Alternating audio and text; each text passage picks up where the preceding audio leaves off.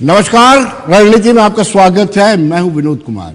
दर्शकों, प्रचार और प्रसार की नीति बदलती जा रही है। अगर हम बात करें तो कांग्रेस ये कह रही है कि गरीबी को हम खटाखट खत्म कर देंगे, और ये भी कहा जा रहा है कि आरक्षण को भारतीय जनता पार्टी खत्म करने वाली है।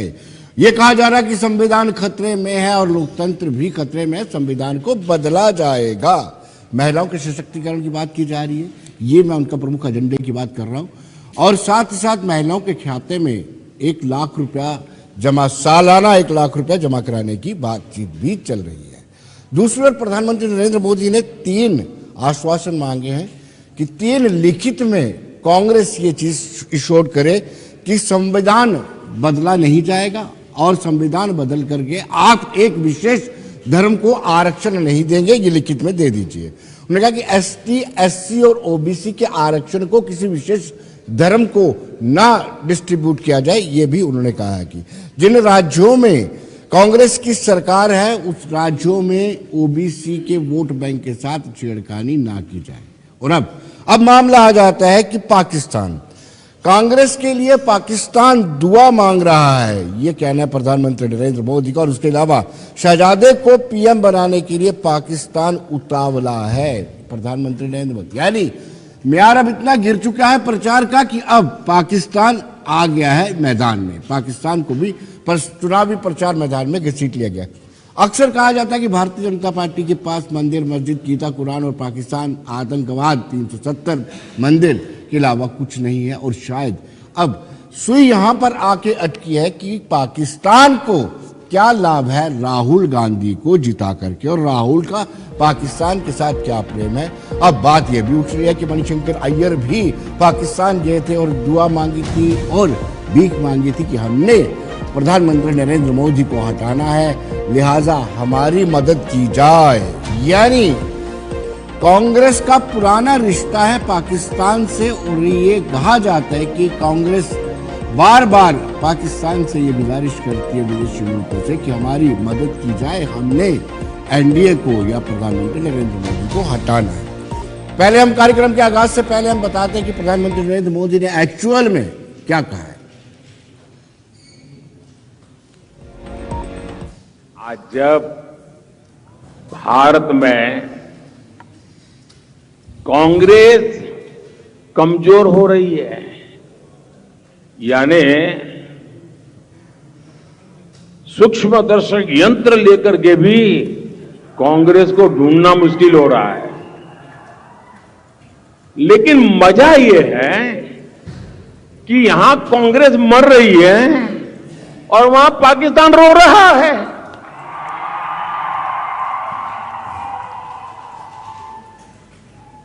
आपको पता चला होगा कांग्रेस के लिए अब पाकिस्तानी नेता दुआ कर रहे हैं। शहजादे को प्रधानमंत्री बनाने के लिए पाकिस्तान उतावला है, आपने कल देखा होगा। और हम तो जानते ही है कांग्रेस तो पाकिस्तान की मुरीदी है। पाकिस्तान और कांग्रेस की ये पार्टनरशिप अब पूरी तरह एक्सपोज हो गई है। भाइयों और बहनों, देश के दुश्मनों को आज भारत में मजबूत सरकार नहीं चाहिए, उनको कमजोर सरकार चाहिए। देश के दुश्मनों को वैसी ही करप्ट सरकार चाहिए जो 2014 से पहले थी। देश के दुश्मनों को वैसी ही अस्थिर सरकार चाहिए जो 2014 से पहले देश में थी। मोदी की मजबूत सरकार न झुकती है और न ही रुकती है। साथियों, तो दर्शकों, हम आप रूबरू करवाते हैं अपने पैनलिस्ट से। अभय बकाया जी हैं। अभय जी, आपका स्वागत है। अपनी पार्टी से ताल्लुक रखते हैं। राजीव सराफ जी है, कांग्रेस से ताल्लुक रखते हैं। राजीव जी, आपका स्वागत है। शेख बशीर जी है, नेशनल कॉन्फ्रेंस से सीनियर नेता, आपका भी स्वागत है। और चंद्रमोहन गुप्ता जी, जो फॉर्मर मेयर है और बीजेपी के बड़े पुराने कद्दावर नेता हैं। चंद्रमोहन जी, एक तरफ आप ये काल क्लेम करते हैं और कहते हैं कि 400 से पार, इस बार 400 से पार, फिर इतनी बौखलाहट क्यों?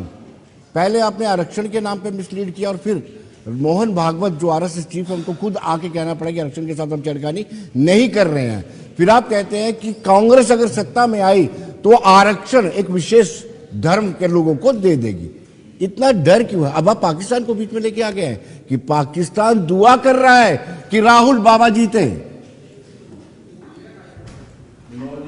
भारतीय जनता पार्टी नरेंद्र मोदी जो हमारे आदरणीय प्रधानमंत्री के नेतृत्व में बहुत आगे बढ़ रही है। हमारा जो परिवार विचार है, जो हम लोगों ने मेहनत की है, जो हमारा स्ट्रक्चर है पार्टी का, बूथ से लेके हमारे जो देश के अध्यक्ष हैं वहाँ तक, प्रदेश अध्यक्ष तक, बड़ा स्ट्रॉन्ग है। मेहनत करते हैं, लगातार 5 साल हम लोग काम करते हैं। उसके बलबूते पे हमने कहा है कि फिर एक बार मोदी सरकार, अब की बार 400 पार। ऐसे नहीं कोई कहता। जो पढ़ता है, स्टडी करता है, मेहनत करता है, अपने सिलेबस को 5-5 बार रिवाइज करता है, वो दावे के साथ कह सकता है कि मैं इस बार टॉप 10 में आऊँगा, मैं टॉपर आऊँगा, मैं ये करूँगा। जिसने काम ही नहीं किया हुआ है वो क्या करेगा? और यही वो 10 साल पहले ये सरकारी, जब आउट ऑफ सिलेबस क्वेश्चंस आ जाते हैं तो इस तरह की चर्चाएं होती हैं, कभी नहीं आते हैं। पर ध्यान आ जाता है आपका। जो लोगों के काम किए हैं उस पे ही ये सारा जनता जनार्दन अपना वोट करती है।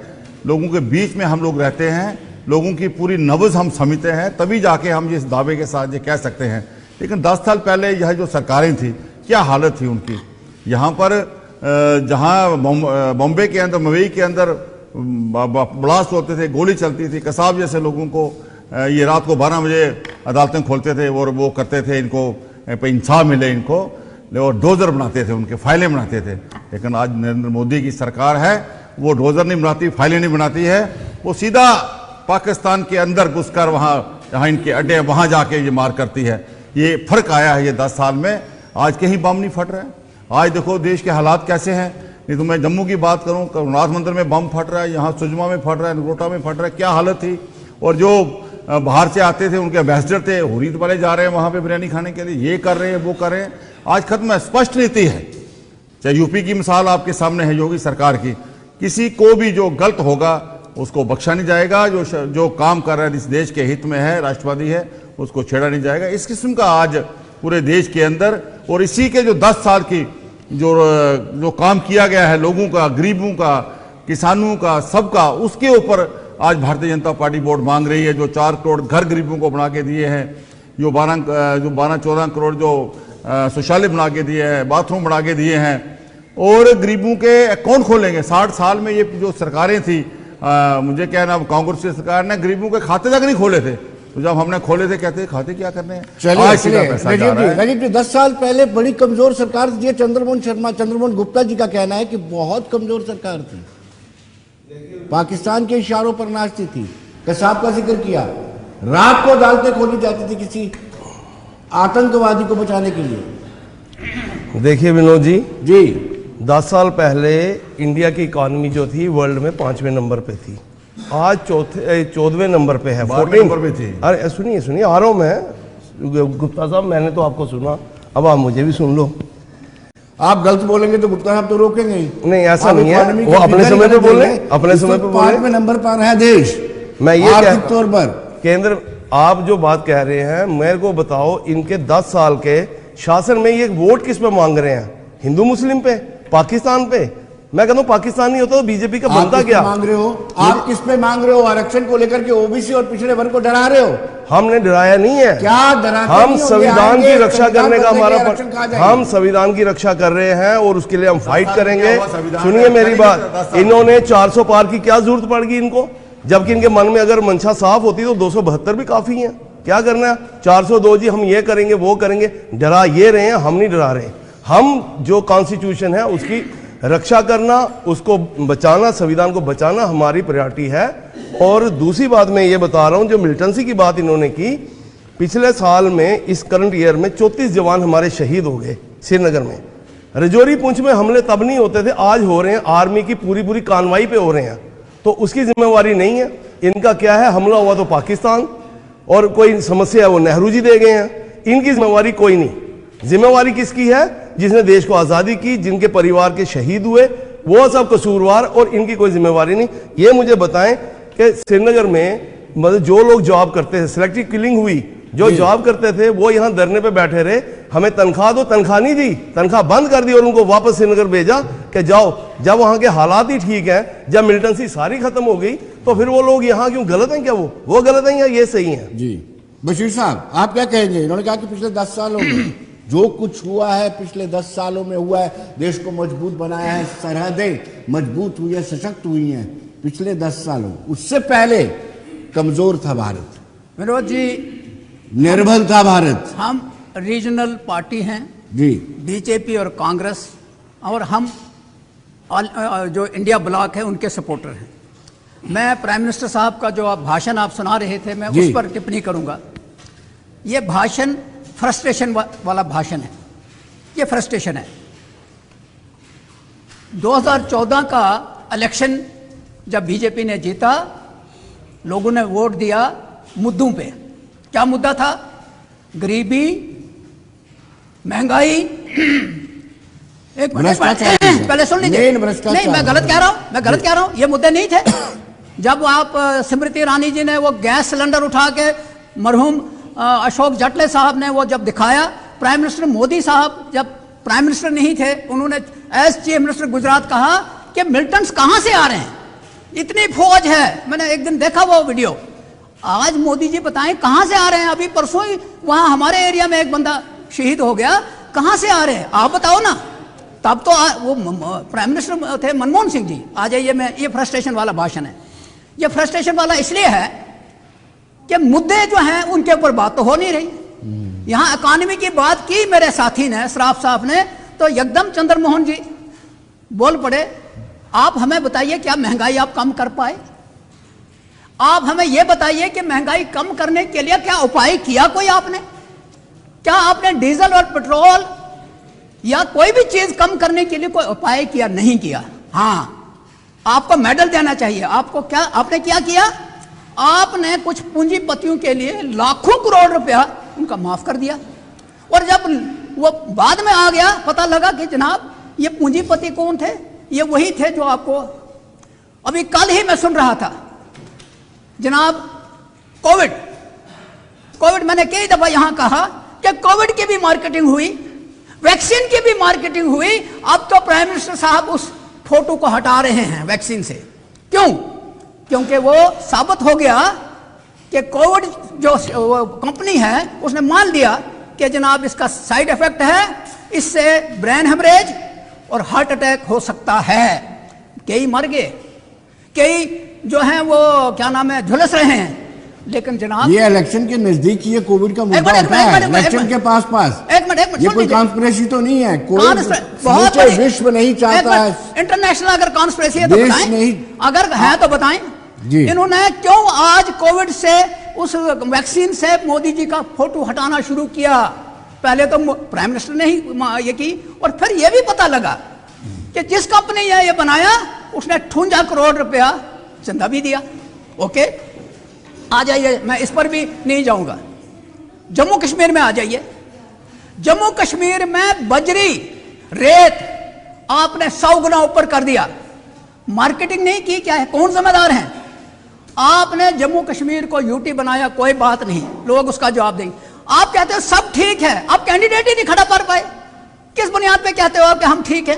आप जम्मू कश्मीर में इलेक्शन ही नहीं लड़ रहे हो। कश्मीर में अगर आप कहते हो कि हमने सब कुछ ठीक किया है, तो आप हमें बताइए कि आज इलेक्शन से भाग क्यों रहे हैं? आप प्रॉक्सी जम्मू में खड़ा करो ना। आपको किसने मना किया नहीं खड़ा? हम इंडिया ब्लॉक की मदद कर रहे हैं, खड़ा नहीं किया, कोई बात नहीं, हम इंडिया ब्लॉक की मदद कर रहे हैं। लोगों पे छोड़, ये भी किसी की मदद कर रहे हैं ना बशीर साहब, आप भी खड़ा करते ना, मजा आ जाता। कैंडिडेट खड़ा हमने जनाब इलेक्शन लड़े हैं, जीते हैं। आपको नहीं मालूम है जम्मू से तालिब हुसैन जीता था? जीते हैं ना, इसीलिए जब जीते हैं। वंस अपॉन ए ब्लू मून एक बार जीते तालिब हुसैन, हमें याद है। नेशनल कॉन्फ्रेंस ने जम्मू कश्मीर के अंदर भी असेंबली के चुनाव भी जीते हैं, हाँ, और लद्दाख से भी जीते हैं, और कश्मीर से भी जीते हैं। इसलिए हम दावे से कह सकते हैं कि आज भी हम उनको रिप्रेजेंट करते हैं। मैं आपको एक चीज और पूछना चाहता हूं। मेरे दोस्त बड़े संजीदा दोस्त हैं, सुलझे हुए हैं, मुझे ये बताएं कि जम्मू कश्मीर में आपने असेंबली के इलेक्शन क्यों नहीं कराए? आप ये थे, चंद्रमोहन जी ये थे जनाब, सवाल बार-बार कॉर्पोरेशन के ये थे चेयरपर्सन जी, म्युनिसिपल कॉर्पोरेशन के। बड़ी खुशी थी, इनको लोग मिलने के लिए जाते थे। वक्त आया, दूसरा आ गया, अच्छी बात है। इन्होंने टाइम पे उनके इलेक्शन नहीं कराए। जब इलेक्शन होने थे हमने सोचा चल इलेक्शन आएंगे, नहीं बनाएंगे, नहीं, इन्होंने भरोसा किया मुलाजमों के ऊपर। जी, प्रॉक्सी गवर्नमेंट हो रही है, क्या नाम है, ब्यूरोक्रेटिक सेटअप के तहत गवर्नमेंट कर रहे हैं। तो मैं वही बोल रही थी, नो, हमने इलेक्शन कराए, इलेक्शन आप साबित करिए।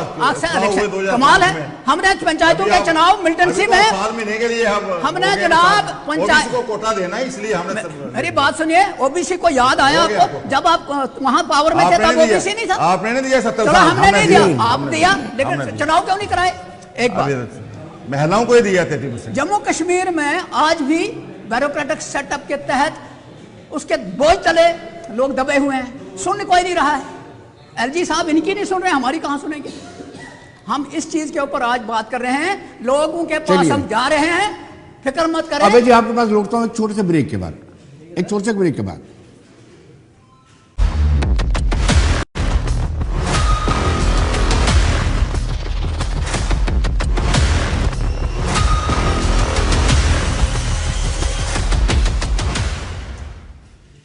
ब्रेक के बाद एक बार तो फिर स्वागत है। अभय बकाया जी से जानना चाहेंगे, अभय जी क्या आपको लगता है ये इत्तेफाक है?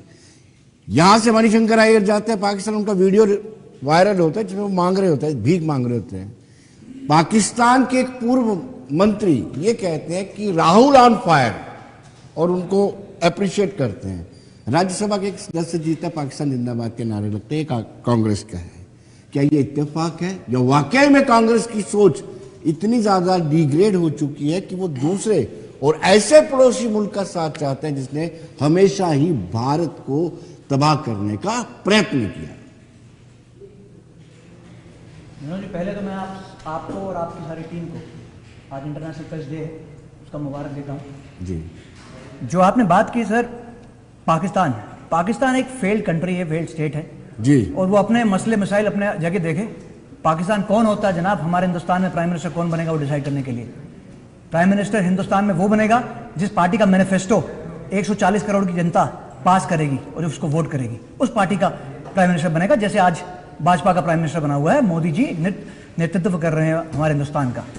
और पाकिस्तान से हमारा कोई लेना देना नहीं, पाकिस्तान एक फेल्ड स्टेट है, हम उसके बारे में ना बात करें। हाँ, कुछ जयचंद हैं जिन्होंने हमेशा ये किया है, जैसे जी मणिशंकर अय्यर जी की बात की, वो वहां जाके मांगते हैं पाकिस्तान के वहां पे जाके कि मोदी जी को हराओ। अरे भाई, हिंदुस्तान में हराओ ना मोदी जी को, पाकिस्तान में जाके मोदी जी को हराने वाला क्या बात हुई है? यहां पे बैठो, अपने मुद्दे लाओ, मुद्दों की लड़ाई करो। हमारी एक सोच है, हम हिंदुस्तान के साथ रहने वालों की बात करेंगे कि हिंदुस्तान के जो एंटी चलेंगे उनकी बात करेंगे। लोग ये चीजें देखते हैं जनाब कि आप देश हित में बात कर रहे हो कि देश विरोधी बात कर रहे हो। और कांग्रेस को मुक्त करने वाली क्या बात करते हैं? आज तक कांग्रेस के नेता ही कांग्रेस से अपने आप को मुक्त कर रहे हैं। आप देखिए, राहुल गांधी जिनकी आप बात कर रहे हैं, जिनको आप कह रहे हैं पड़ोसी मुल्क चाहता हुआ है, वो चाहेंगे ना कमजोर गवर्नमेंट यहां रहे? जो उनका आज हुक्का पानी बंद कर दिया है मोदी सरकार ने और हमारे हिंदुस्तान की डिप्लोमेसी ने और पॉलिटिकली, तो वो तो चाहेंगे ही कि यहाँ पे कमजोर सरकार आए। आज राहुल गांधी जी की बात करते हैं, वो अपनी होम टाउन छोड़ के अमेठी से उठ के वायनाड चले गए। आज वायनाड से लड़ने की बारी आई तो उनका जनरल सेक्रेटरी छोड़ के बीजेपी ज्वाइन कर गया, और वायनाड छोड़ के आज वो फिर वहां पे रायबरेली आ गए। वो खुद कॉन्फिडेंट नहीं है, वो अपने काडर को क्या कॉन्फिडेंस देंगे? तो इसलिए सर, देश जहां देश की बात है वहां देश पहले है, ना कोई पार्टी, ना कोई इंसान, ना कोई और। क्यों शराफ साहब? देखिए विनोद जी, पहली बात मैं ये कहूं, जयचंद सुनिए, पहले आज से कुछ महीने पहले तो पाकिस्तान किसी पत्रकार ने कहा कि हमारा भी प्रधानमंत्री मोदी जैसा होना चाहिए।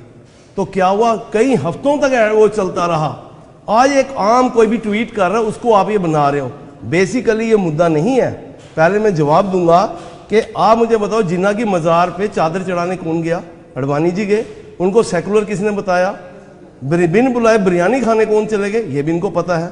मैं आपसे सिर्फ एक बात, सुषमा स्वराज, ये मुझे अभी याद आ गया, सुषमा स्वराज एक दफा यूएनओ में कहा था इंडिया और पाकिस्तान 1970 में इकट्ठे बनी थी कंट्रियां। आज हिंदुस्तान में IIM है, एजुकेशन इंस्टीट्यूशन है, और पाकिस्तान में बम की फैक्ट्री है। तो मेरा ये कहने का मतलब है कि हिंदुस्तान पहले ही अपनी एक डेवलप कंट्री था, और पोखरान हमने कब, आज 20 साल पहले पोखरान टेस्ट किया। हमें कोई क्या बताएगा हम क्या हैं। बाकी राहुल साहब, आपकी काबिलियत, आपकी सरकार की काबिलियत, आपके काम को कोई नकार नहीं रहा है। सवाल यह है कि आपकी पार्टी अब कहाँ है? क्यों नहीं आईना लेके ढूंढना पड़ रहा उनको। अरे सर, आपके 15 पूर्व मुख्यमंत्री बीजेपी के खेमे में चले गए हैं। आप बताइए ना सर, कैसे आप जाते हैं? नहीं कर सकते कैसे जाते हैं? देखिए, आपकी एजेंसियां यूज करते हो, आप डराते धमकाते हो। पहले मेरी बात सुनिए, सुनिए। बीजेपी की भाषा में आपको समझाता हूं। रावण ने भी 9 ग्रह अपने साथ बांधे थे, लेकिन जब हनुमान जी पहुंचे ना गरुड़ लेके, तो एक एक करके सब ग्रह मुक्त हो गए। ये ग्रह ज्यादा देर चलते नहीं है, ये ग्रह उल्टे पड़ते हैं। वक्त आएगा, यही एजेंसियां अगली गवर्नमेंट के साथ होंगी, और जितना इन्होंने किया है उसके लिए भी तैयार है। सुनिए दूसरी बात मेरी, मैं ये कह रहा हूं कि जब इनका बेसिकली जो ये पाकिस्तान, ये मुद्दा वो नहीं है। मुद्दा ये है जो देवेगौड़ा का पोता है। निठारी कांड के बाद उससे भी खतरनाक कांड जो है कर्नाटका का रवेरना का जो हुआ, जो कंट्री छोड़ के चला गया, जिसके लिए प्रधानमंत्री जी कंपेन कर रहे थे, वोट मांग रहे थे, उस कांड को ध्यान भटकाने के लिए, उस कांड से ध्यान भटकाने के लिए अब ये बातें कर रहे हैं। पहले उसका जवाब दें, उसको पकड़ के लाएं। और पेन ड्राइव है, मैं नहीं कह रहा, मतलब 3000 महिलाओं के साथ शोषण, मैंने तो इतिहास में सुना ही नहीं। मतलब सतयुग से चलूं तो आज तक भी नहीं सुना। क्या बात है? चलिए, चंद्रमोहन जो काम करना है इनको वो करें, कानून व्यवस्था में वो लाएं, लोगों को दिखाएं, हम पकड़ के लाएं उसको, और कार्रवाई हो रही है और उसको निकाल दिया।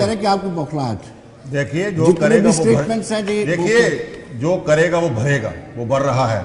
यहाँ तक बात रही आज कांग्रेस मुक्त क्या हो रही है, कांग्रेसी अपने आप को मुक्ति चाह रहे हैं। एक दफा वो मुक्ति बनी थी बांग्लादेश की, आज ये हर कांग्रेसी चाहता है भाई जब तक ये शहजादा है इसे मुक्ति करो। कैसे जाएं हम, कहाँ जाएं, ये बात हो रही है। संजीव राजीव जी आप भी चाहते हैं? मेरे भाई, अगर ऐसी बात होती तो हम आते डिबेट पे, हम आ रहे हैं। देखिए, ऐसा नहीं है, जिनके अपने इंटरेस्ट है, निजी स्वार्थ है, जिनको लगता है पार्टी हमें, देखिए दौर होता है ना, अब दौर ये है कि एक मतलब अलग ट्रेंड है, तो जो लोग अपने को कंफर्टेबल नहीं, इस देखो अब दौर अलग आ गया। अगर आप कोई मैचेस आगे कुछ आगे, अगर वो परफॉर्म नहीं करेगा, उसने तो जाना ही है, वो खुद चला जाए तो इज्जत है। जी, दौर नहीं आया है, हम 2 सीटों से चले थे, हमारे पास क्या था, हमने जोड़ा है, परिवार विचार है हमारा, हम जोड़ते हैं। मैं कल रजीव के घर भी चाय पीने जाऊंगा, बशीर साहब के घर भी चाय पीने जाऊंगा। हमारे पास वो ताकत है। अभी के पास नहीं जाएंगे क्योंकि ऑलरेडी आप चाय उनके साथ पी रहे हैं। जाऊंगा, अभी के पास इसलिए नहीं जाएंगे, आप ऑलरेडी चाय पी रहे हैं। आपके स्टेट प्रेसिडेंट कहते हैं कि बैट बल्ला खेलेंगे अनंतनाग में। अजीब जी कह रहे थे कि अपना ये हमारे गांधी परिवार का ये योगदान है, उन्होंने ही बलिदान दिया। बलिदान देश में हमारे आर्मी ने, सिक्योरिटी फोर्सेज ने, हमारे देश के, मैं कश्मीर की अगर बात करूं तो आप भाजपा के नेता और आरएसएस के नेता बताओ कितनों ने कुर्बानी दिया है। और जहां चंद्रमोहन जी, एक सवाल तो बनता है मेरा, जब आप सर्जिकल स्ट्राइक की बात करते हैं, एयर स्ट्राइक की बात करते हैं, तो ऐसा लगता है कि बीजेपी के राष्ट्रीय अध्यक्ष भी वहां गए थे। वो सारा का सारा क्लेम आप लेना चाहते हैं कि हमने करवाया सर्जिकल स्ट्राइक, तब आप सेना को उसका श्रेय नहीं देते। अभी तो कुछ नहीं हुआ, अटल बिहारी वाजपेयी बस में बैठ के गए थे। ये मेरा निजी है कि वो वक्त आएगा, राजनाथ सिंह टैंक में बैठ के जाएंगे पाकिस्तान। मैं आपके चैनल से कह रहा हूं, हमारे वो विल पावर है हमारे पास। बाकी यहाँ चाइना में नहीं जाएंगे, 80 करोड़, चाइना में नहीं जाएंगे, चाइना में नहीं जाएंगे, अरुणाचल प्रदेश की तरफ से नहीं जाएंगे, मणिपुर में नहीं जाएंगे, पाकिस्तान 80 करोड़ गरीब को राशन दे रहे हैं। 12 करोड़ उड़ी की आपने बात की, बड़ी अच्छी बात की आपने। इन लोगों ने अगर क्रेडिट लिया, मेरे को आप बताइए, इन्होंने तो क्रेडिट लिया कि हमारी सेना ने किया ना, हमको फक्र होता है, पर उन लोगों को क्या कहेंगे जिन्होंने उस पर सवाल पूछा, उसका सबूत मांगा, उन लोगों को क्या कहेंगे? आज एफआईआर क्यों नहीं हो रही? आज कितने साल हो चुके हैं, 5 साल से ऊपर एफआईआर क्यों नहीं हो रही? कंपनी है, इनको राम वहां हुए थे। 80 करोड़ आप कंप्लीट कीजिए। गरीब को 80 करोड़ लोगों को राशन दे रहे हैं। ये राशन कितनी देर बेचोगे? और गरीब आदमी को पहली बार ऐसा हो रहा है। और बशीर साहब मेरे बड़े भाई हैं, बड़े सीनियर हैं, मैं इनकी बड़ी कदर करता हूं। ये कह रहे हैं कि इलेक्शन क्या इलेक्शन, हमने पंचों के इलेक्शन, सरपंचों के इलेक्शन 27 साल के बाद करवाए। बीडीसी डीडीसी पहली बार डीडीसी करवाया, ये डीडीसी करा सके 70 सालों में। हमने 73-74 अमेंडमेंट लगाई, ये ला नहीं सके। ये चाहते थे कि सत्तापास में ही एमएलए और एमपी रहे और वो नीचे कोई जा ही नहीं। ग्राउंड लेवल पे अगर पहली बार 70 सालों में अगर किसी अगर दूर तक इलेक्टेड बॉडी बनी है तो ये इस सरकार 10 साल में जो बनी है, आने वाले समय में ये रेगुलर चुनाव होंगे, महिलाओं को भी रिजर्वेशन मिलेगी, ओबीसी को भी मिलेगी, ऐसी सबको इस देश में हर एक को इंसाफ किया जाएगा। सबका साथ, सबका प्रयास, सबका विश्वास जो एक नारा लेके हमारे आदरणीय प्रधानमंत्री चल रहे हैं। थोड़ा डर जरूर है इसमें, पहली बार डर क्यों है? ईडब्ल्यूएस को भी, गरीब को भी, जो बेचारा कहीं नहीं, डर क्यों है? उसके बावजूद भी डर है। आप 400 का दावा तो करते हैं, लेकिन आपकी स्टेटमेंट से साफ जाहिर होता है कि आप बौखलाए हुए हैं। हमें डर नहीं, कहीं ना कहीं आप में डर है। ये कांग्रेस पहले 70 साल मराठी को डराती रही, अब ये संविधान करके डरा रही है। इन्हें डराने से कुछ होने वाला नहीं है। अभिषेक साहब, आपने लोकतंत्र को जमीनी सतह पर, पावर को डिसेंट्रलाइज नहीं किया, इसका आरोप आप पर है। आपने सत्ता का विकेंद्रीकरण नहीं किया, समय पर पंचायती इलेक्शंस नहीं किए आपने। एक मिनट 73rd 74th अमेंडमेंट को जी मुश्किल दौर में अगर चुनाव कराए पंचायतों के 1996 और 2000 के दरमियान तो नेशनल कॉन्फ्रेंस ने कराए, मुफ्ती साहब ने कराए थे भैया। एक मिनट, आपने गलतफहमी है, पहले देख लीजिए। लोकल बॉडी के मुफ्ती साहब ने कराए थे। पहले एक मिनट सुनिए, आप पंचायतों की बात का चुनाव हमने कराए थे। मैं मान के चलता हूं आपने ही कराए, हमने कुछ नहीं किया। मैं मान लेता हूं हम नालायक है, हम नालायक थे, हमको लोगों ने कहा इधर बैठो। आप हमें यह बताइए 2014 का जो इंडिया मिला आपको वो अच्छा नहीं था? आपने कहा अच्छे दिन आएंगे, कौन से अच्छे दिन आए? आज जब आप पाकिस्तान की बात करते हो तो मैं यही कहता हूं कि आप पाकिस्तान का इस्तेमाल करने लगे। पाकिस्तान का इस्तेमाल आप इसलिए करने लगे कि असली मुद्दों से हटना चाहते हो आप। असली मुद्दे बोलो। प्राइम मिनिस्टर साहब को मेरा आपकी तरफ से, मेरी तरफ से कहो प्राइम मिनिस्टर साहब को कि इन बातों का जवाब दे दो कि आप महंगाई कम नहीं कर सके। आपने वादा किया 2 करोड़ नौकरियां हर साल देंगे, नहीं दे पाए। आप इकॉनमी को, इंडियन इकॉनमी को खत्म करिए, कैसे? उसका जवाब लीजिए। 2014 में 70 वर्षों में 58 लाख करोड़ ही कर्जा था, आज 2,24,000 करोड़, 27,000 करोड़ कर्जा है। एक बात है, नहीं है? ये गलत फिगर है। चलिए, बीजेपी के ही एक बड़े वरिष्ठ नेता बीजेपी के आज भी हैं, वो कहते हैं मोदी जी को इकॉनमी के साथ कोई पता ही नहीं। आप सुब्रमण्यम स्वामी जी की बात कर रहे हैं? बीजेपी का बंदा है कि नहीं है? जी, वो कहता है। चलिए बशीर साहब, पहले सुन लीजिए, एक बार सुन लीजिए। वो कहता है इसको करप्शन से भी कोई आपत्ति नहीं है, ना इसको इकॉनमी से है। आप कहते हैं जनाब ये मांगते हैं हिसाब, वो तो आपका गवर्नर आपका हिसाब भी ठीक है। बशीर साहब, एक छोटे से ब्रेक के बाद आपने खुद कहा कि हमने कुछ नहीं किया। एक जरूर किया है कि आतंकवाद का जन्म कहते हैं कि आपके खाते पर जुड़ा हुआ है। लोग तो एक छोटे से ब्रेक के बाद मैं आता हूं अभय जी के पास, एक छोटे से ब्रेक के बाद।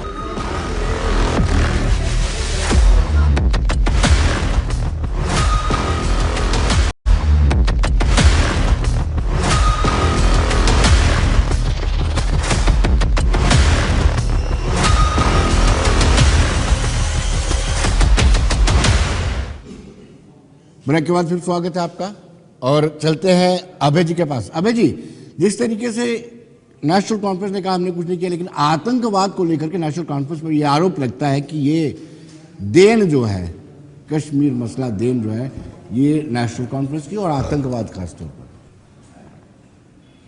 जनाब, फिर इस बार में बड़ी बार बहस हुई है, बड़ी बार बात हुई है। 87 का हमारे पास सामने है इलेक्शन, जिसके जो वजह है एक मेन 85-86 में षड्यंत्र रचा जा रहा था, 87 में षड्यंत्र को एक हवा मिली और रूप मिला और आतंकवाद स्टार्ट हुआ। और 87 का क्या कारण है वो आपके सामने सबको पता है, अब फिर से उस बात पे जाऊंगा नहीं मैं। आतंकवाद ने हमारे जम्मू कश्मीर को 35 साल पीछे पटक दिया है। 30 साल 35 साल से हम टर्मोइल में हैं। और जब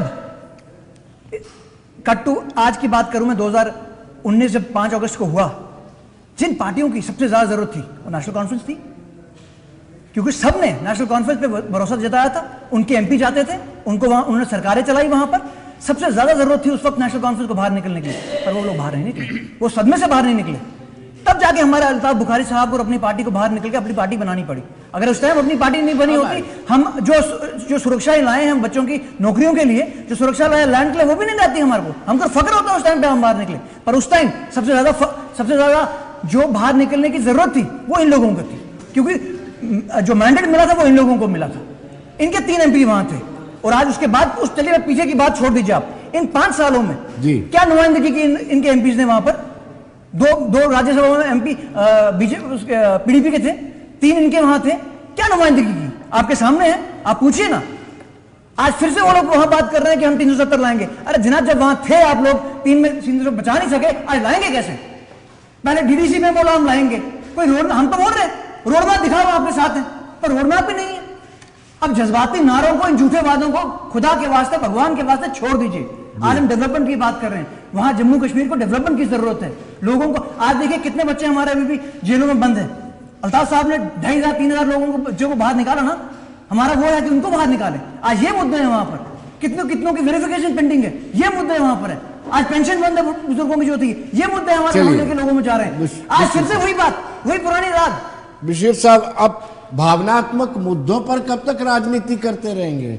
आप क्यों बार बार जनता को ये कहते हैं कि 370 के लिए हम संघर्ष करते ही रहेंगे, विशेष दर्जे के लिए हम लड़ते ही रहेंगे? विनोद जी, जब सुप्रीम कोर्ट ने सुप्रीम मोहर लगा दी, उसके बावजूद भी आप? सुप्रीम कोर्ट के जजेस आसमान से नहीं उतरे, वो भी हमारी तरह इंसान हैं। हम लोगों की नुमाइंदगी कर रहे हैं, और हम लोगों की नुमाइंदगी इसलिए कर रहे हैं कि जमीन और नौकरी जम्मू कश्मीर के पुश्तनी लोगों का हक है। अगर इसमें जम्मू का कोई बंदा खड़ा होकर कश्मीर का है, ये जो अबे जी बात कर रहे हैं, अबे जी आप अगर ये 370 नहीं होता, आपके वालिद साहब चीफ सेक्रेटरी नहीं होते, ये कहीं और होते, मैं आपको बताता हूं। और उन्होंने आईएएस किया था, वो आईएएस किया था, उन्होंने मुलाजिम थे, सिविल सर्वेंट थे, वो कहीं भी बन सकते थे, यहाँ आते क्यों नहीं बनते? दूसरी चीज, हिंदुस्तान में कितने चीफ सेक्रेटरी बने आज? एक मिनट पहले सुन लीजिए, आप जवाब दीजिए। बुखारी लीडर नहीं है, ट्रेडर है, ठीक है, एक दफा एमएलए बन गया, कहां इनकी नींद लोगों के लिए ये बोल रहे हैं, जिसके ट्रेडर है, मैं आपको जानता हूं, उसके वालिद साहब को वो जीत के आए हैं, वो फाइनेंस मिनिस्टर रहे हैं, कैसे आप कह सकते? जीते हैं ना, लोगों ने वोट डाला है ना। मेरी बात सुनो ना सर, इन लोगों ने उनको सीएम कैंडिडेट बना के आगे रखा था, तब नहीं आ जाए इनको उनका? ठीक है जनाब, ठीक है जनाब, सीएम बना के रखा था, बना तो नहीं ना जी, तो कैंडिडेट तो बनाया था। पहले सुन लीजिए, मैं आपको बताता हूं, लोगों को हक बनता है वो किसी को भी बनाए जी, लेकिन जिस ट्रेडर, लेकिन आप ये नहीं ना कहें कि ट्रेडर है, लीडर भी है, सब क्या बात कर रहे हैं? लोगों के मैंडेट से आए हैं। मैंने कहा फिर मैं भी ट्रेडर से शहर का मेयर रहा हूँ। ये ट्रेडर है, मेयर है, वो ट्रेडर है, लीडर भी है। विनोद जी, अब प्राइम मिनिस्टर अडानी को बना रही है ना, ये भी तो बात कर लीजिए, आप बना लीजिए ना प्राइम मिनिस्टर, अब ट्रेडर है, जीत के आएगा, जीत के आएगा, लड़ाओ ना उसको इलेक्शन, लड़ाओ ना उसको इलेक्शन, ये सियासत लोग जिताएंगे तो बनेगा, बिल्कुल लोग ही नहीं जिताएंगे, वही तो मैं कह रहा हूं आपको, बनाओ ना अडानी को प्राइम मिनिस्टर, अब ट्रेडर को ये बनना है, इस मुल्क को भेज दिया आप लोगों ने, उनको क्यों लाना है आप? पूंजीपतियों के हवाले कर दिया ये मुल्क आपने। आप लोग बख्शने वाले नहीं है, ये फ्रस्ट्रेशन हो रही है, ये जो फ्रस्ट्रेशन में ये बोल रहे हैं, मुद्दे कुछ होना चाहिए। अभी 1 महीना आपके सामने आ जाएगा। हाँ, आपने शायद एक सीट नहीं मिलने वाली एनसी को इस बार, मेरे लफ्ज़ याद रखना, इसलिए चैनल से बोल रहा हूँ, एक सीट नहीं मिलनी आपको, कोई इंडिपेंडेंट जीतेगा, कोई जीतेगा, पहली बार इश्यू होगी इस बार। चाहता था ये, इसलिए कि चूंकि नजूमी है, ये नजूमी है, ये नहीं जीतेंगे।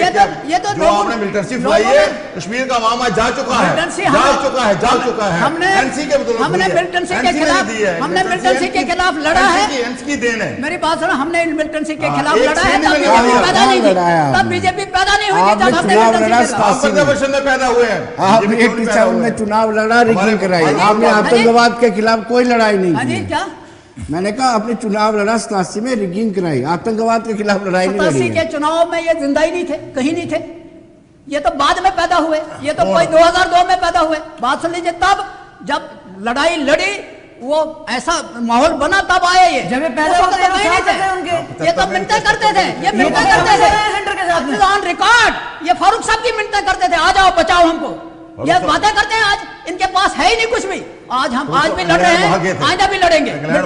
जब लोगों को मुसीबत थी, मैंने कहा आप नहीं, फिर उसको वाजपेयी साहब को पूछो, वाजपेयी साहब को पूछो, अगर वो जिंदा होते, वो मैं आपको बताता हूं उन्होंने क्या कहा उस वक्त फारूक साहब के लिए। हम नहीं डरने वाले हैं, आज भी लड़े हैं, पहले भी लड़े, आज भी लड़ेंगे। आज भी इन्होंने हमारी सिक्योरिटियां ले ली, हमने कहा कोई बात नहीं, सबसे बड़ी सिक्योरिटी ऊपर बैठा है। एक विनोद सवाल जी, का जवाब आप दे दीजिए मुझे। हाँ बताइए। आपसे जब हम बात करते हैं कि परिवारवाद, हाँ जी, अब्दुल्ला खानदान में परिवारवाद है, हाँ। तो आप ये जिक्र करते हैं कि उमर अब्दुल्ला जीत के आए थे, तो आप अल्ताफ बुखारी की जीत को जीत नहीं मानते हैं, आप कहते हैं वो ट्रेडर है, लीडर नहीं मैं है। आपको बताता हूं ना जी, मैंने ये फ्रस्ट्रेशन आ गई ना। मैंने एक मिनट, फ्रस्ट्रेशन की बात नहीं है, सुन लीजिए पहले। आपको वो मंजूर है, मुझे मंजूर नहीं है, मैं उसको ट्रेडर समझता हूं, तो आप कह लीजिए जो कहना है। मैं भी ट्रेडर हूँ सर, भाई आप साहब। समझिए इसमें क्या है? ट्रेडर हम शहजादा कोई भी बोलते हैं, ट्रेडर शहजादा इस्तेमाल बोलते कर हैं सकता है। पहली चीज मैं आपको बताता हूं, परिवार, कोई भी परिवार, चाहे वो महबूबा मुफ्ती का हो, नहीं, चाहे वो कांग्रेस का साहब हो। आपने ये तर्क दिया था कि वो जीत कर आया है तो वो एक लीडर है, उसको मुख्यमंत्री बनने का राइट तो है। जिनका आप जिक्र करते हैं, अल्ताफ वो भी तो बुखारी जीत के जीत आए। के आया है, वो ट्रेडर नहीं है, विनोद लीडर जी, भी है। विनोद जी, जो मैं कह रहा हूं ना, जो आए तो वो भी तो जीत के आए हैं, उनको जी। क्यों नहीं आप फिर कह रहे हो? फिर कहां से परिवार की बात कर रहे हो? बीजेपी में 50 परिवार है, उनकी बात नहीं कोई करता, 60 है करीब, एक लंबी लिस्ट है। तो जब फारूक साहब या महबूबा मुफ्ती की बात कर रहे हैं, आपने तो महबूबा मुफ्ती के साथ चीफ मिनिस्टर भी की, तब परिवार नहीं था। चलिए, जब बशीर साहब उनसे जान लेते हैं। जब मुफ्ती साहब के साथ चंद्रमोहन जी, 2 चरणों के चुनाव के बाद आपके प्रचार में थोड़ी सी गिरावट आई है, शब्दों में आप मंगलसूत्र तक पहुंचे, आप ये कहने लगे कि एक विशेष धर्म को आप आरक्षण देना चाहते हैं, नहीं, मुसलमानों का कहते हैं, तो घुसपैठिए हैं। एक साल का प्रधानमंत्री, मतलब थोड़ा डर है। हम सबके नहीं, एक जो नई स्टेटमेंट है कि कांग्रेस आई तो फार्मूला हाँ। एक साल का प्राइम मिनिस्टर होगा, या तो आपको लगता है कि फ्रैक्चर्ड मैंडेट आने वाला है? जब ये लीडर दे नहीं पाते हैं तो प्राइम मिनिस्टर साहब ने कहा है क्या करेंगे, लीडर देने एक बता दे हमारा प्राइम मिनिस्टर ये है, हमने बताया हमारा प्राइम मिनिस्टर नरेंद्र मोदी है, आपको खुश हमने रहना बता चाहिए, दिया। आपको खुश होना चाहिए कि इनके पास लीडर नहीं है, लोगों पे छोड़ो ना, लोग लीडर बनाते हैं। आप आइए ना जम्मू कश्मीर, बशीर साहब को बोलो जब आपने पार्टी बनाई थी क्या नाम था? मुस्लिम कॉन्फ्रेंस। मुस्लिम वही चल रही है और कांग्रेस की मुस्लिम लीग चल रही है, ये मैनिफेस्टो वही मुस्लिम लीग है, ये वही है इंडिया ब्लॉक। आप वो नहीं जा सकते जीन साहब में, आप जितना मर्जी कर लो, आने वाले समय में आप भूल जाओ, एक सीट भी इस बार मेंबर पार्लियामेंट में एनसी का नहीं जाने वाला है। मैं ये दावे से कह रहा हूं, यहाँ पर रिजल्ट आ जाएंगे 4 जून को, कोई जाएगा कश्मीर का व्यक्ति, इनका अपना हाल खराब है, कश्मीर का कोई व्यक्ति जाएगा, इन्होंने कैंडिडेट ही नहीं खड़ा किया, कोई नुमाइंदा जाएगा। मैंने बात सुनी ना, नहीं ये वो बात करते हैं जिन्होंने कैंडिडेट ही नहीं खड़े किए। क्या था आपके पास? इन्होंने वो बात करी जिन्होंने कैंडिडेट ही नहीं खड़े किए, जब कैंडिडेट ही नहीं खड़े किए तो ये कैसे आवाम जाग चुका है, कश्मीर का आवाम जाग चुका है, जागा हुआ है। एनसी के बारे में क्या किया हमारे साथ? मैंने क्या कहा, गरीब को गरीब रखा, गरीब को गरीब रखा चंद्रमोहन जी, आप प्रॉक्सी जंग लड़ रहे हो, क्या बात है? आप तो किसी के कंधे पे रख के बंदूक लड़ रहे हो, आपने तो कैंडिडेट ही खड़ा नहीं किया, आप तो बात कर ही नहीं सकते। कौन से जम्मू खड़े कर दिए?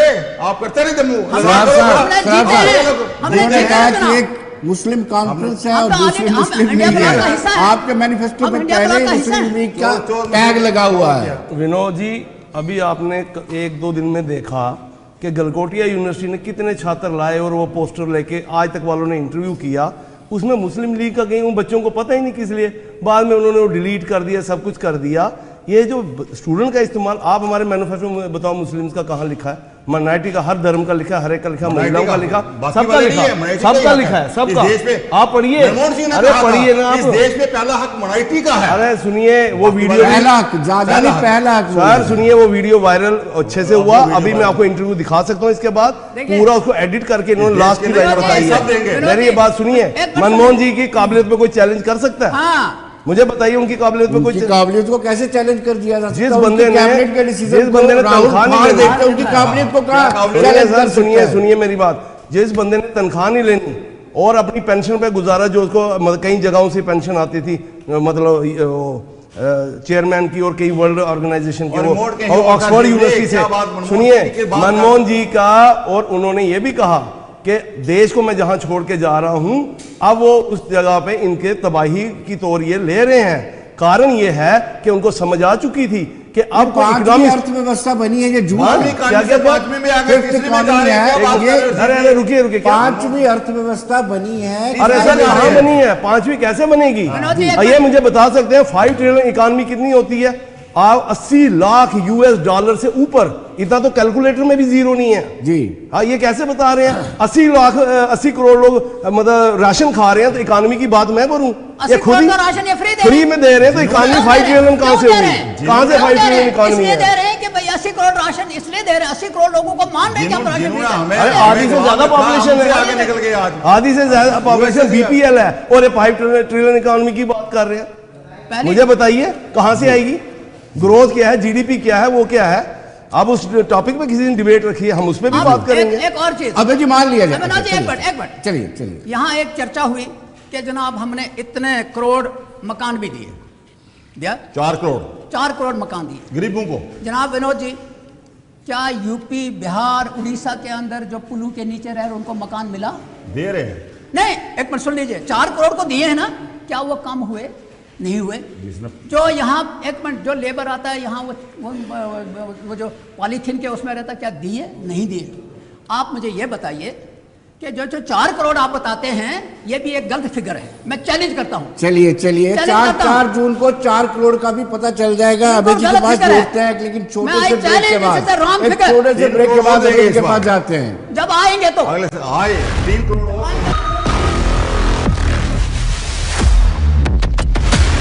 एबीसी टीम होने का आरोप लगता है। अब सवाल यह है कि आपने उम्मीदवार उतारे हुए हैं और अगर आपके उम्मीदवार जीत जाते हैं लोकसभा में, जो एबीसी आरोप लगता है उनके, तो क्या यह मान लिया जाएगा कि कश्मीर की आवाम ने 5 अगस्त 2019 के फैसले को कबूल कर लिया है और सदाकत को कबूल कर लिया है? अब इसका दूसरा पहलू यह है कि अगर आपके कैंडिडेट नहीं जीत पाते हैं तो क्या ये मान लिया जाए कि उस फैसले को जो सुप्रीम कोर्ट की सुप्रीम मोहर लग करके भी आया है, कश्मीरी आवाम ने स्वीकार नहीं किया है? चाहे हमारे कैंडिडेट जीतेगा तो आप ये कहोगे कि 370 को मोहर लग गई है और मान लिया लोगों ने। मैं नहीं कहता कि उस चीज़ को आप उस पर आप या हम हार जाएं तो आप बोलोगे नहीं मोहर है, इस चीज़ को मैं मानना नहीं चाहता। बट मैं ये कहना चाहता हूँ, आज जो हमारे अभी तक 6-8 महीने साल पहले आप भी लोग भी बोलते थे अपनी पार्टी को आप लोगों ने बड़ा हल्के में लेके रखा होता, आज अपनी पार्टी से इन सबकी नींद उड़ी हुई है, क्योंकि देख रहे हैं अपनी पार्टी को जो लोगों का प्यार मिल रहा है, लोगों का जो सपोर्ट मिल रहा है, वो जब वोट में तब्दील होगा तो इनकी तभी नींद उड़ी हुई है।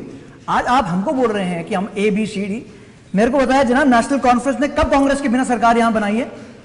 सिवाय 96 में, वो भी सपोर्ट था, वो हमको पता है 96 में 2/3 मेजोरिटी के बाद आज 15 पे पहुंच गए ये लोग। कब इन्होंने सेंटर के बाद सरकार यहां बनाई है? उसके बाद बीजेपी सेंटर में है, तब भी इन्होंने सरकार बनाई। ये तो आज भी चाहते हैं कि इंडिया ऐसा बनने पर दाल नहीं गल रही है, और हम लोग अगर वहां पे खड़े हो रहे हैं और कुछ पार्टियां हमको सपोर्ट कर रही है, हम उस सपोर्ट को वेलकम करते हैं। दाल बड़ी महंगी है और सख्त है, हम बड़ी महंगी है और सख्त है, गलती नहीं, गलेगी नहीं ना, मुश्किल हो जा रही है। तो हम लोग उस सपोर्ट को वेलकम करते हैं, क्योंकि हमारा एजेंडा, हमारा मैनिफेस्टो है वो लोगों की तरक्की का, लोगों की डेवलपमेंट का है।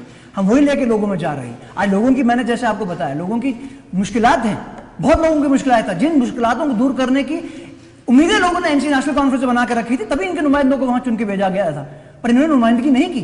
आज लोगों का टाइम आया हुआ है, उनको जवाब देगी आने वाले इलेक्शन में। अभी 2-4 ये महीना रह गया है, आप देखेंगे जो हमारा मैनिफेस्टो है, हमारे बच्चों की जो नौकरियों का, आप ये कहते नहीं, आप लोग भी इस चीज को कभी वो प्रमोट नहीं करते ना, नौकरियों की जो सुरक्षा लाई है हमारी अपनी पार्टी ने, अल्ताफ बुखारी साहब ने, जैसे बशीर साहब कह रहे थे कि ये लाना है, लाया था हमने, तो लाया जनाब, लैंड की सुरक्षा हमने लाई है जनाब।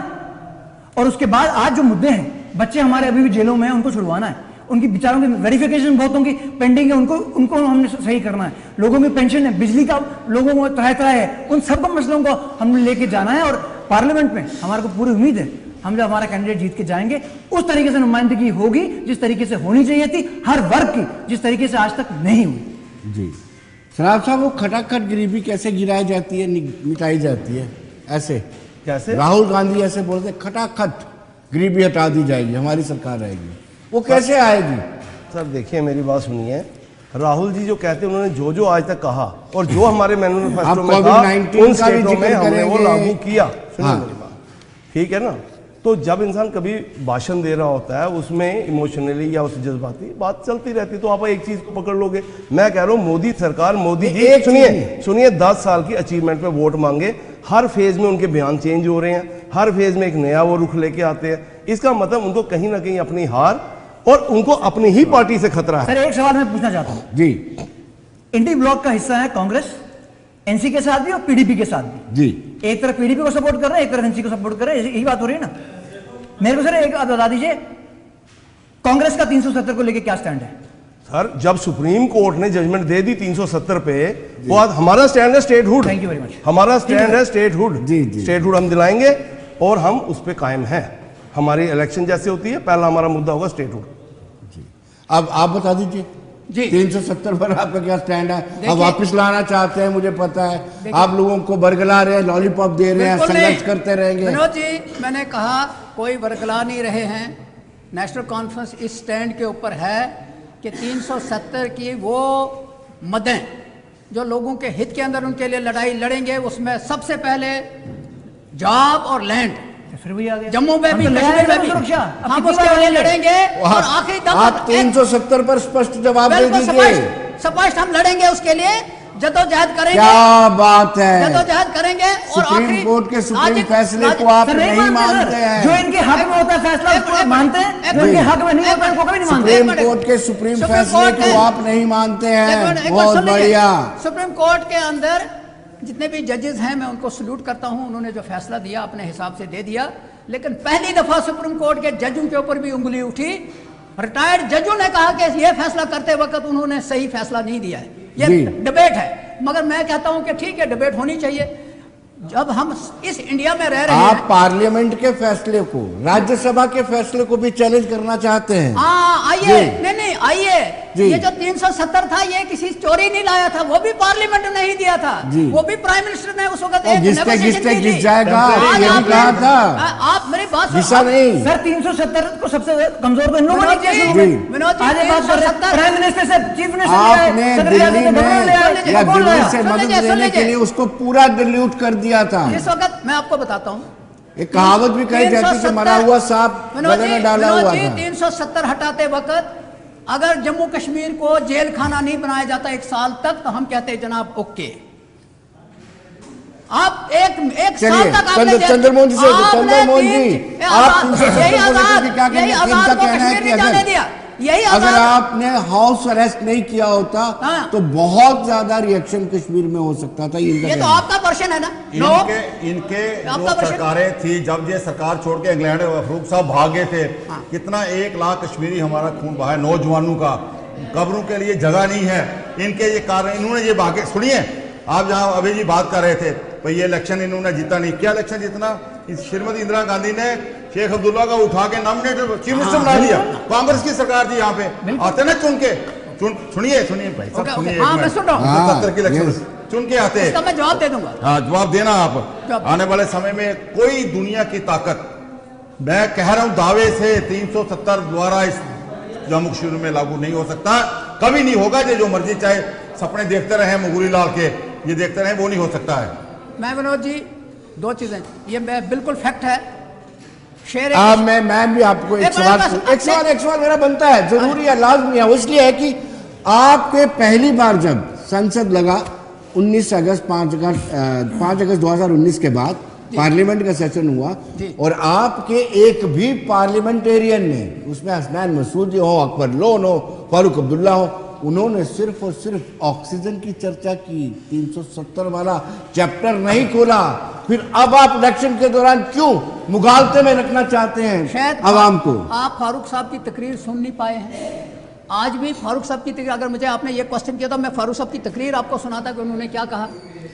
हसनैन मसूदी साहब चूंकि रिटायर्ड जज हैं, उसने भी अपने हिसाब से, उसने भांगड़ा नहीं किया, लेकिन अपनी तकरीर वहाँ जो कई बात की। अकबर लोन बीमार है, वो मैं उसमें नहीं कह सकता हूँ, लेकिन मान लीजिए जो कुछ हुआ, आज हम लोगों के पास जा रहे हैं ना। आपने एक सवाल किया ना अबे जी से कि अगर हार जाते हैं तो आप क्या तस्लीम करोगे? अगर हम इस चीज को लेके लोगों के पास जा रहे हैं कि आपके साथ खिलवाड़ हुआ है। अब लोग जम्मू जाल चुके हैं। कश्मीर के खिलवाड़ हुआ है। जाल चुका है, अपने आप के झांसे में आने वाला। हम आगे जो आगे हम आपके ज्ञान नुमाइंद नहीं करेंगे, हम वो नहीं, ये खिलवाड़ हुआ है, ये ये तो- सिर्फ जज्बाती नारे। हम कह रहे हैं लोगों को कि आपके साथ नाजायज विनोद हुआ जी, है। इन्होंने आपके साथ खिलवाड़ हुआ है या लोगों के साथ के खिलवाड़ साथ, हुआ लोगों है? के साथ खिलवाड़ हुआ है आपको ना। सूट करती थी पत्थरबाजी, आपको सूट एक करता मिनट, था एक कैलेंडर। मिनट, इलेक्शन में बहुत यूज किया है, हमें भी लंबा समय हो गया है इसको कवर विनोद करते जी, हुए। 2010 में पत्थरबाजी का हमने भी मुकाबला किया, हमने भी पत्थर खाए। कौन नहीं जानता है, और कौन थे वो पत्थर लगवाने वाले? आज मुझे ये बताइए, वो बीजेपी के लोग थे, आज यही तो शामिल थे, यही तो शामिल 2010 थे, यही तो पसेपुर थे। आज जो ये इकट्ठे हुए ना, ABC सारे जो होंगे ना इकट्ठे, ये तो बिल्ली थैले से बाहर आ गई। विनोद जी, बिल्ली विशेष थैले से बाहर बाहर आ गई। सर ये कांग्रेस के साथ सरकार, ये कांग्रेस के सपोर्ट में बनाते हैं। एक बात, शेख अब्दुल्ला ने क्या किया, कैसे सरकार की पाकिस्तानी नमक होता है वो पकड़ के, ये है इसकी कसम आपको, ऐसे ऐसे बनी है शेख। विनोद जी, मैं इसका जवाब देना चाहता हूं कि अगर वाकई ही ये चीज होती तो इंदिरा गांधी, जिस तरह विनोद जी ने कहा कि इंदिरा गांधी ने एक अकॉर्ड किया 1975 में, वो प्राइम मिनिस्टर थी और शेख मोहम्मद अब्दुल्ला को जेल में से निकाल के एक अकॉर्ड किया। 75, 76, 77 के इलेक्शन से पहले वो विड्रॉ कर ली सपोर्ट, ये हिस्ट्री है। उसके बाद जनता पार्टी, जिसके ये हिस्सा थे अटल बिहारी वाजपेयी भी और अडवाणी भी, उन्होंने एक फैसला लिया इलेक्शन कराना है।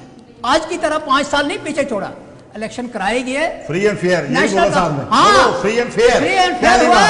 और उसके बाद शेख मोहम्मद अब्दुल्ला एब्सोल्यूट मेजॉरिटी के साथ आया और 1900 सर उस अकार्ड में इन्होंने प्राइम मिनिस्टर छोड़कर सीएम बनना बेहतर समझा। एक बार सुन लीजिए मुझे।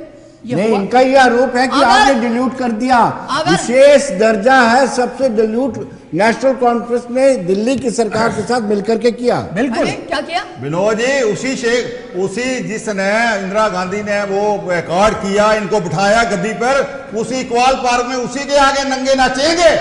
चलिए, हमारे पास है सबूत, जब उसका था कुछ नहीं था, ये काम किया। आज तो नहीं नंगे हैं, आज तो सारे ठीक है। तो पहली चीज मैं आपको बताता हूं कि हिस्ट्री को रीराइट नहीं किया जा सकता।